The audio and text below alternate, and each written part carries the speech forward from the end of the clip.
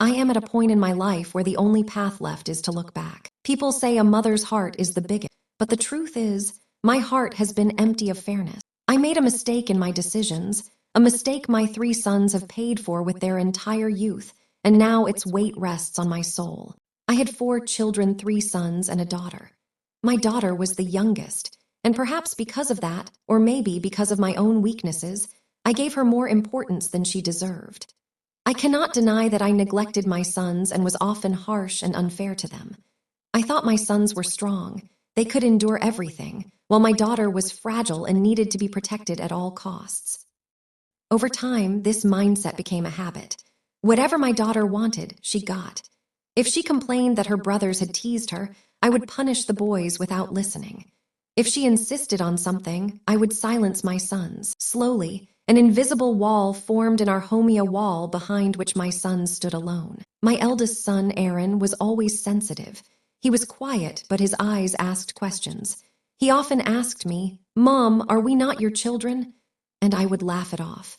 I did not realize how many silent screams were buried in his quietness. My middle son, Samuel, kept his anger inside. After school, he would retreat to his room. I thought he was being defiant, but in truth, he was protecting himself. My youngest son, Henry, was still a child, but he too learned early that a mother's love was not for him. My daughter, Emma, grew stronger in this environment. She knew I was always on her side. She misused this power. She would belittle her brothers, hide their things, and when they protested, she would cry. And me, I always looked at her tears, never the truth. Time passed, and one day my 3 sons distanced themselves from me. They became strangers in their own home. Then one day, Aaron announced he wanted to live separately.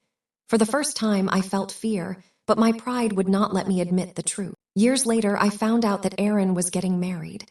I learned this from someone else. He had not told me himself. I was filled with anger. I immediately called to complain why he had not invited me and Emma. His voice was tired. He simply said, "Mom, I want peace in my life." I spoke harsh words, disapproved of the wedding, and even said such a marriage was unacceptable. Saying these words gave me temporary relief, but I did not know I was breaking even the last bond. On the wedding day, something happened that changed everything. Emma, in anger, took an unforgivable step. When this came to light, the whole family was ashamed. In that moment, for the first time, I saw in my daughter's eyes the same stubbornness I had nurtured for years. After the wedding, my sons completely cut ties with me. No calls, no messages. The house, once full of noise, was now silent. In that silence, I could hear every mistake I had made. I asked myself, is being a mother just about giving love?